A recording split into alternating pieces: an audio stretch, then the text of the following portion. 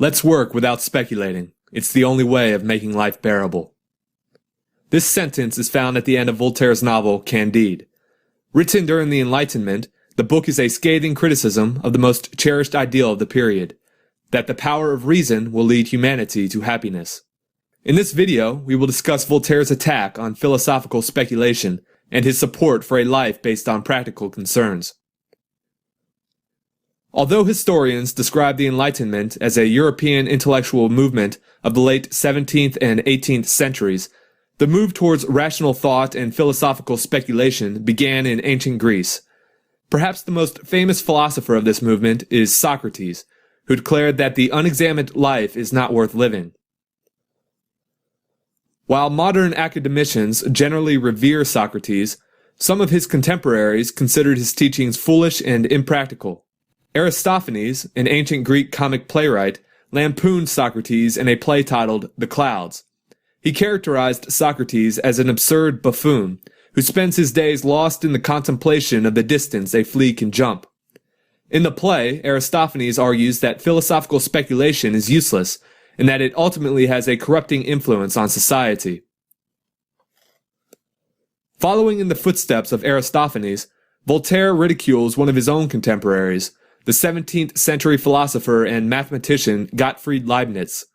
Specifically, Voltaire rejects Leibniz's assertion that our world is the best of all possible worlds. In the novel, Candide and his tutor Pangloss, who espouses Leibniz's philosophical mantra that all is for the best, encounter one disaster after another.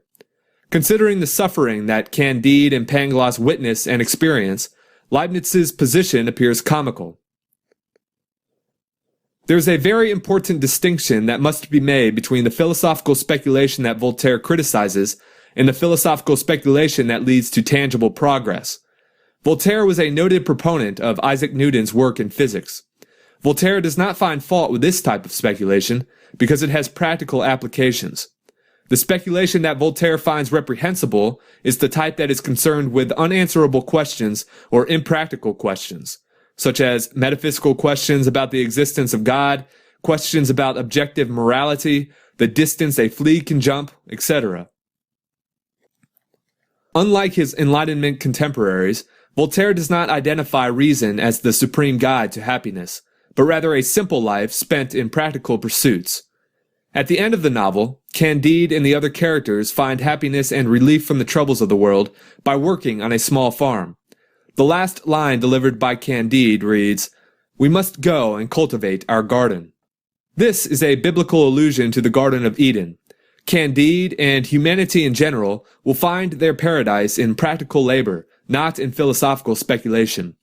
Just as Adam and Eve suffered when they ate of the tree of knowledge, so too does humanity suffer when it investigates into impractical matters. I hope that you enjoyed watching this video. Please like, comment, and subscribe. Farewell.